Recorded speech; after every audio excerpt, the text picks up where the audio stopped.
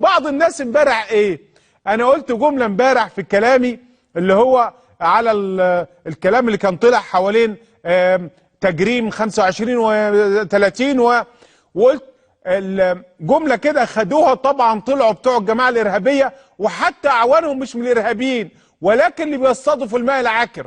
واحده طالعه من شويه مش عارف مين بتشتغل في انهي حته تقول لك اللي بيقول انقلاب. انا اقول انقلاب على رئيسي ازاي؟ انا قلت انه انقلاب على حريه الراي والتعبير. قلت الجمله دي انقلاب على حريه الراي والتعبير. طبعا الارهابيين خدوها ان انا بقول لا يا حبيبي، احنا عملنا ثوره ضد حكمك الارهابي وجماعتكم الارهابيه الضلاليه الاجراميه.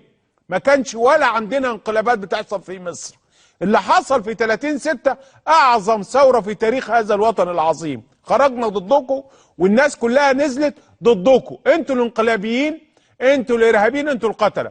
وللاسف الاقي بعض الناس المحسوبين على ثورتنا العظيمه ياخدوا الجمله دي ويكرروها في برامج ليهم. طبعا هي برامج ما حدش بيشوفها، والقنوات اصلا انتهت من على خريطه الفضائيات اساسا، يعني مش موجوده اساسا.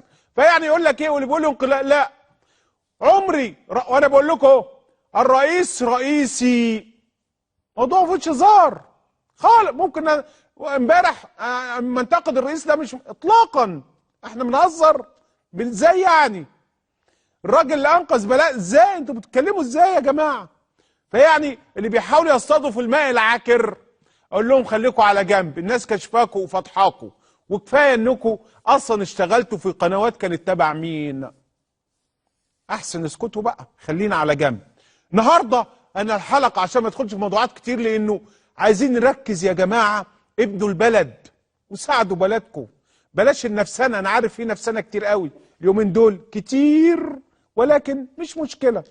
على فكره كلامكم موجود ومقالاتكم موجوده، بس ده مش وقتها خالص. النهارده